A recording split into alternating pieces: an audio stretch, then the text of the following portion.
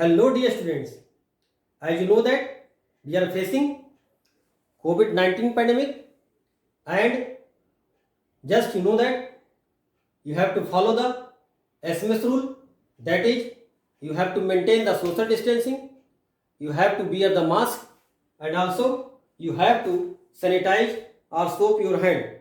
Okay, just like one more thing you note down that जब तक दवाई नहीं तब तक कोई ढिलाई नहीं, और वन मोर थिंग, दवाई भी और कड़ाई भी. Okay, now let us focus on the topic.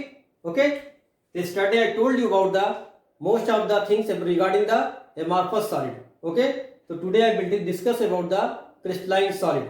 Okay, so first of all you have to know that what is the crystalline solid. So here, look at here, long range order of constituent particles, that means the particles are arranged in a regular manner for long distance. Are you getting this point? So this is the arrangement of constituent particles. Okay, this I told you also that the particles may be ions, molecules or atoms. Okay, second thing, you have to note down that they have sharp melting points. If we draw the cooling curve for this, here you can write temperature and here you can write time. Okay, so you will see that this type of condition will generate. Here sharpness are seen, this show the sharpness. Okay, so that's why you can say that these solids, that is crystalline solid, so sharp melting points. Are you getting this point? If we talk about the liquid and this is solid, okay, so they have sharpness in the melting points. Now one more thing that you have to note it down that crystalline solids are isotropic in nature. Are you getting this point? Amorphous solid are isotropic, but they are anisotropic in nature. So now what is the meaning of anisotropic? That means they have physical properties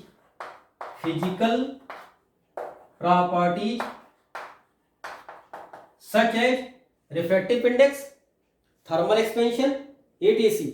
different in different direction in the same crystal. Now how can you understand this? So by this way you can understand the concept. So look at here,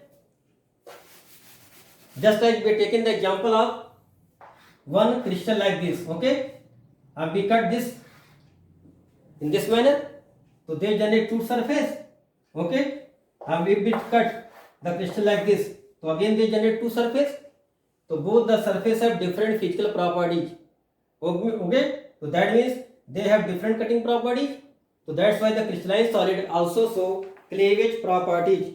That means when they cut with sharp tool, they split into two pieces and the newly generate surface are plain and smooth. Are you getting this point? So this surface when cutted by sharp knife, so they will generate a smooth surface. Okay, and the property of this surface are different from this surface. Okay, so this is known as anisotropic. N means no, iso means same, and tropic means movement. So that's why the property are different on the different surface. Then one question arises, how this possible? So this is possible due to different arrangement of atom in different direction. Are you getting this point? So first of all, one question may be arises, what is the basic difference between the isotropic and anisotropic? In anisotropic, the physical properties such as refractive index, thermal expansion, thermal conductivity, these properties are different in different direction. The reason behind this, again you have listened, the reason behind this that due to different arrangement of particles in different direction. Are you getting this point? The common example of crystalline solids may be, you can write iron, you can write glucose, you can write NaCl, you can write copper sulfate, you can write sodium, you can write copper, you can write Ag, you can write K2SO4, you can write copper sulfate dot 5 water, like this. So these are basic example of crystalline solid. Okay, the example left over after the amorphous are basically belong to the crystalline solid. Okay, So most of the examples here you have to know the crystalline solid. So first of all, listen again. You have to define the crystalline solid. So the substance having long range order of constituent particles, sharp melting points, and anisotropic in nature are known as crystalline solid. This is also known as true solid. Okay. So crystalline solid is also known as true solid. True solid. Now let us focus on the differentiation of crystalline solid. So how the crystalline solids are differentiated? So on the basis of interaction, that is nature of force, they will be divided into four parts, that is molecular solid, ionic solid, metallic solid, and covalent solid. As the name indicates, the constituent particles in the molecular solid are molecules, the constituent particles in the ionic solid are ions, the constituent particles in the metallic solid are positive kernels in the sea of electrons, and the constituent particles of covalent atoms. Okay. Now let us focus on the molecular solid. So first of all, molecules have which type of force? You know that, na? So molecules have either van der Waals force of attraction, either they have dipole-dipole interaction, either they have H bond. Are getting this point? So molecular solid have three type of force: van der Waals force, dipole-dipole interaction, and H bond. Okay? Are getting this point or not? So now, as molecular solid contains van der Waals force of attraction, dipole-dipole interaction, and H bond, now they are divided into three types again. Okay? So first of all, one question arises: what is the constituent particles in the molecular solid? So these are basically molecules. Now they are divided into three types. One is known as non-polar molecular solid. Second is known as polar molecular solid, and third is known as H bonded molecular solid. Are you getting this point? Non-polar, as the name indicates here, non-polar. So this may contains either atom as a constituent particles, in which case you know that, na, inert gas.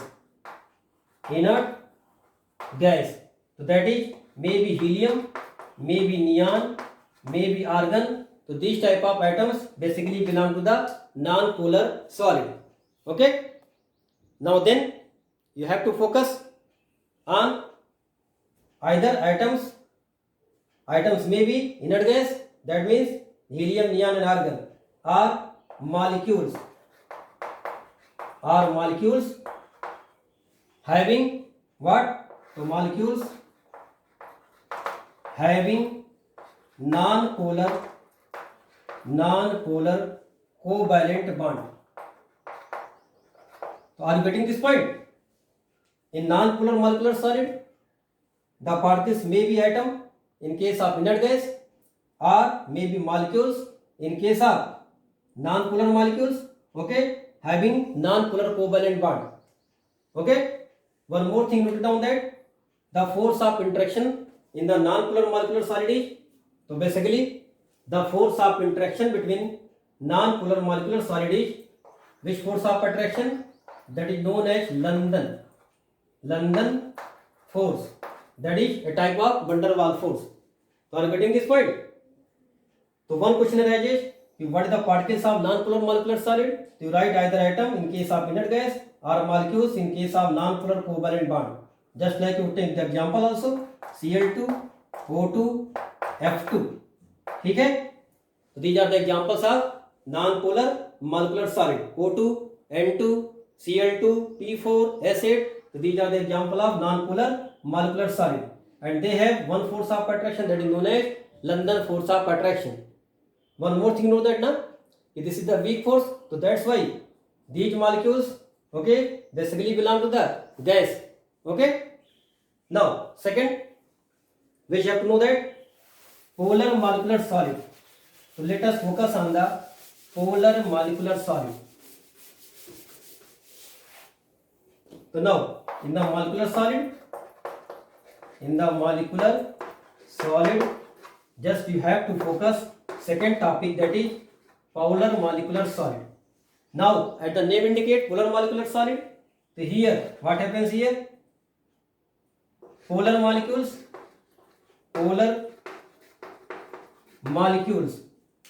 that is molecules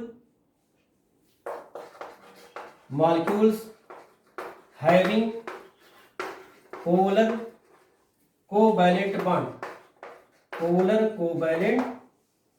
bond are the constituent particles of polar molecular solid. Okay, and this is due to what happened? This is due to difference in electronegativity. So because they have difference in electronegativity, so that's why these molecules are polar and they form polar covalent bond. Now look at here the common examples. So first of all, one question arises: how can you define the polar molecular solid? So this may be defined as molecules having polar covalent bond, which is due to difference in electronegativity, are the basic particles of polar molecular solid. Okay. Then what about the interaction? So these have DD interaction. This I also given in the PDF sheet. So they have DD interaction. Are you getting this point? Now look the example. HCl be taken. One more HCl be taken. Cl have negative charge. H have slightly positive charge. This also have slightly positive charge. This have slightly negative charge. Okay. So now what happens? So this is a dipole. Region, two poles are there. This is also dipoles because this also have two poles, positive and negative poles. Now one interaction takes place between them. So this interaction is known as dipole interaction. Are you getting this point or not? So these are known as dipole interaction. So what is the force here in the polar molecular solid? Dipole interaction. Now some more examples you can note down that HCl, HBr, HI, these are the some common example. SO2. Okay, so these are the some common examples of polar molecular solid. Are you getting this point? One more thing I told you in the chemical bonding chapter, how can you know that the bond formed between them is covalent or ionic? This I told you, non-metal plus non-metal. This will form what bond? Covalent bond. Okay, if both are non-metal, so they form covalent bond. Are you getting this point? Then if polarity between them like this, that means due to difference in electronegativity. So now the bond is known as polar covalent bond. Now one question may be raised: if Cl2 given to you, are you getting this point or not? If Cl2 given to you and HCl given to you, so one question arises: out of both, which have more melting points? So HCl have more melting points because this have dipole interaction and this have van der Waals force of interaction, that is London force, and this is the weakest force. Okay, and this is some strong force than van der Waals force. So that's why they have more melting and boiling points. Are you getting this point? So by this way one question arises. Now let us focus on the third, that is known as what? H bonded molecular solid. So third molecular solid is known as H bonded molecular solid. As the name indicates, so this I told you about the condition of H bonding. So first condition, hydrogen attached to electronegative element such as FON. Second condition I told you, electronegative element should be small in size. So these two conditions arises the formation of H bonding. So here what happens in case of these molecules? So they are also polar covalent molecules, but here one H bond are formed due to presence of hydrogen. So that's why they are known as H bonded molecular solid. The examples, the common examples of this: HF, H2O, and what you can write? Ammonia. So these are common examples of H bonded molecular solid. Are you getting this point? तो molecular solid may be non-polar, may be polar, may be H-bonded molecular solid. As a whole, the constituent particles of molecular solids are molecules. Okay. One more thing noted down that. What about the CO2? So CO2 belong to which type of solid? Anyone? So CO2 basically belong to which type of solid? Non-polar. Reason? This I told you also. If the mu equal to 0 and mu equal to 0 means they are non-polar. Similarly, benzene C6H6 also belong to the non-polar. Okay, naphthalene, CCl4, methane, these all also belong to the non-polar. One more thing I told you that the bond is polar, but as a molecules they are non-polar. So that's why these are all basically belong to the non-polar molecular solid. Now next you have to know that ionic solid. As the name indicate, ionic solid. Okay, so this you have to know that now. What is the meaning of ionic solid? The constituent particles are constituent particles are what? Ions. And the nature of interaction is here electrostatic force of attraction. Electrostatic force of attraction. That is also known as ionic bond or electrovalent bond. Are you getting this point or not? So here what you have to know that. So now as you know that they contains electrostatic force of attraction. Okay, this is also known as Coulombic force of attraction. Okay, now one more things which are more important regarding the ionic solids. So that is basically in case of ionic solid, they talk about the conductivity. So one more important question arises from the conductivity. Okay, so conductivity either they ask in case of aqueous or molten state, either they talk about solid state. Okay, so look at here the conductivity in this state, that means they are more conducting in aqueous solution or molten state due to free ions, but in solid state bad conductor. This is due to ions are not free. Are you getting this point or not? So that's why what happens basically here. In this condition what happens? They are bad conductor. Reason? Because ions are not free in solid state. So one good question arises from the conductivity in case of solid ionic solid, that is the conductivity of ionic solid is in aqueous or molten state. This is due to free ions. Okay, in both conditions. Here they also contains ions, but the ions are not free to move. So that's why they are bad conductor of electricity in solid state. So one difference is asked, how can you differentiate between the metallic solid and ionic solid? So ionic solid, the conductivity is due to what? Ions, and in metallic solid the conductivity is due to what? Basically electrons. So now let us focus on the one more thing about the example of ionic solid. So you can write like this: S block elements, S block element when combined with P block, basically group 15, 16 and 17, so they form ionic solid. Some examples of ionic solid is K2SO4. Are you getting this point? KCl, NaCl. So these are basically belong to the ionic solid. Are you getting this point? So by this we can also find S block contains two group, group 1 and 2. So when group 1 and 2 are combined with group 15, 16 and 17, so they will form ionic bond. That's why the solid is also known as ionic solid. So these are some things which are more important regarding the ionic solid. Now let us focus on the metallic solid. metallic solid. So now dear students, look at here about the metallic solid. Here what happens?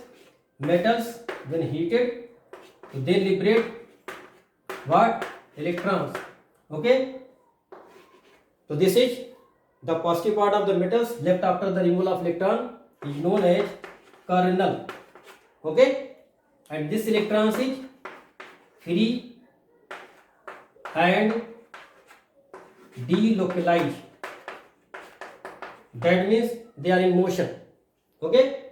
And the bond formed between these kernels and delocalized electron is basically known as metallic bond. Are you getting this point? When you see this, you got that here negative charge it just behave as C and the positive charge just behave as both. So that's why the electrons form a common pool of C. Okay. So that means here the constituent particles is kernels and C of electron. So that's why you can write that the constituents particle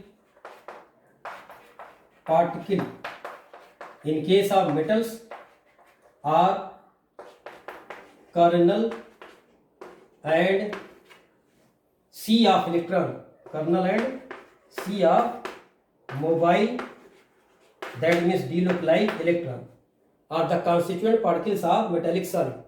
Okay, and they look like this. Here the positive behave as just like boat and electrons form a common pool. Okay, so that's why here the metallic bond formed between the kernels and free electrons. Okay, so these are about the metallic solid. Now here the question arises about the conductivity. So what you have to focus here? Due to free electrons and mobile electrons, the metals show conductivity in any state, either in molten state, either in aqueous state, either you can say that either in gas form, either in liquid form, either in solid form. They all three states show the conductivity. This is due to basically free and mobile electrons. But in case of ionic solid, the conductivity is only due to the free ions in aqueous solution and molten state. So are you getting this point or not? Now let us focus on the some more points regarding the metallic solid. Okay, these things I have given the sheet.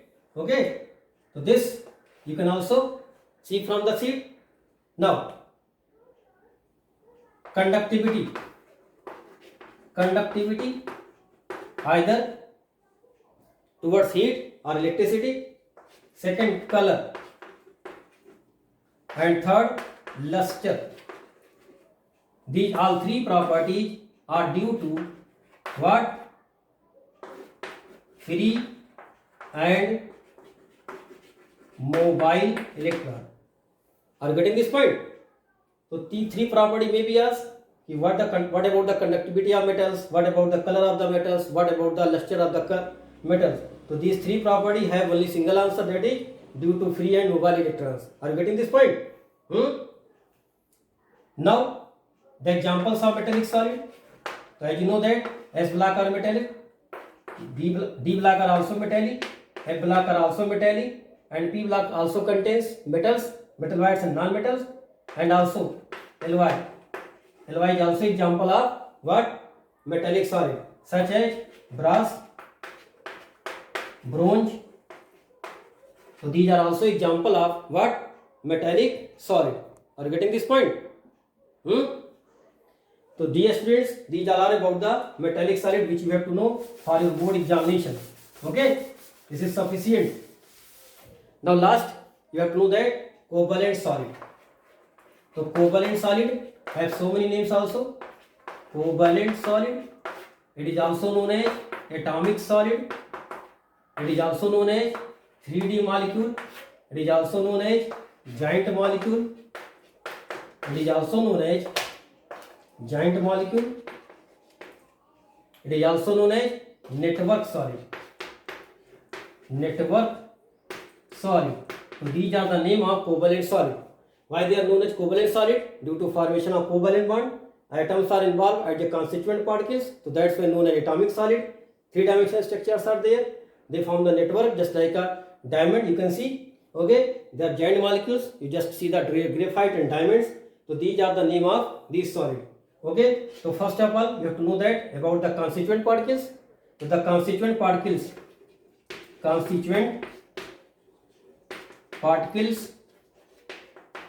of covalent solid are what? Atoms. Are getting this point? Second thing, what is the nature of interaction here? So they have covalent bonding, and you know that covalent bond are directional in nature. So due to directional in nature,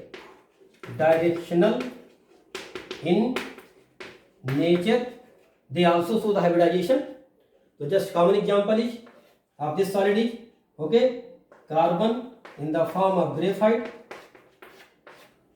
carbon in the form of diamond. So these both are the allotrope of carbon, that is the crystalline allotrope of carbon. And one thing you have to know that graphite most stable form of carbon, and the diamond is purest form of carbon,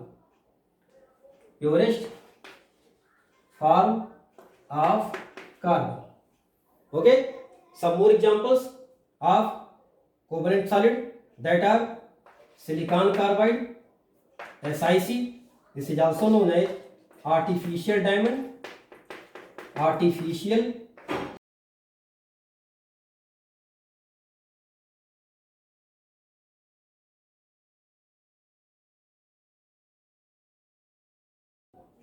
So some more important examples are also there, that is boron nitride. This is also known as inorganic graphite, because the structure of this is similar to graphite. Okay, some more examples, aluminum nitride. Okay, so these are some basic examples regarding the covalent solid. Are you getting this point? Here one more important question is asking regarding the graphite, that is why the graphite is conducting in nature. The graphites are used as conductor and also used as lubricant. So look at here, why they are used as conductor.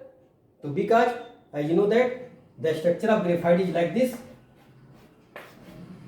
So look at here, one carbon form only 3 bond with the other carbon. That's why one electron is free, na? Are you getting this point? Here also one electron is free.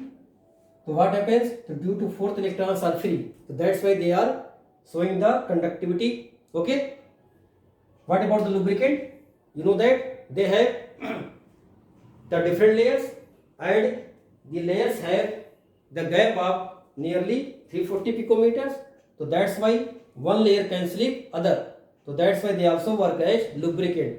So these are some basic property regarding the covalent solid. Are you getting this point? So in this lecture, you have well known about the crystalline solid and type of crystalline solid. So in next lecture, I will told you about unit cell, crystal lattice, okay, and how can you find the number of atoms in different unit cell. Are you getting this point? So till now, be safe, be healthy, stay home, and follow the SMS rule. Have a nice day, dear students. Thank you, dear students.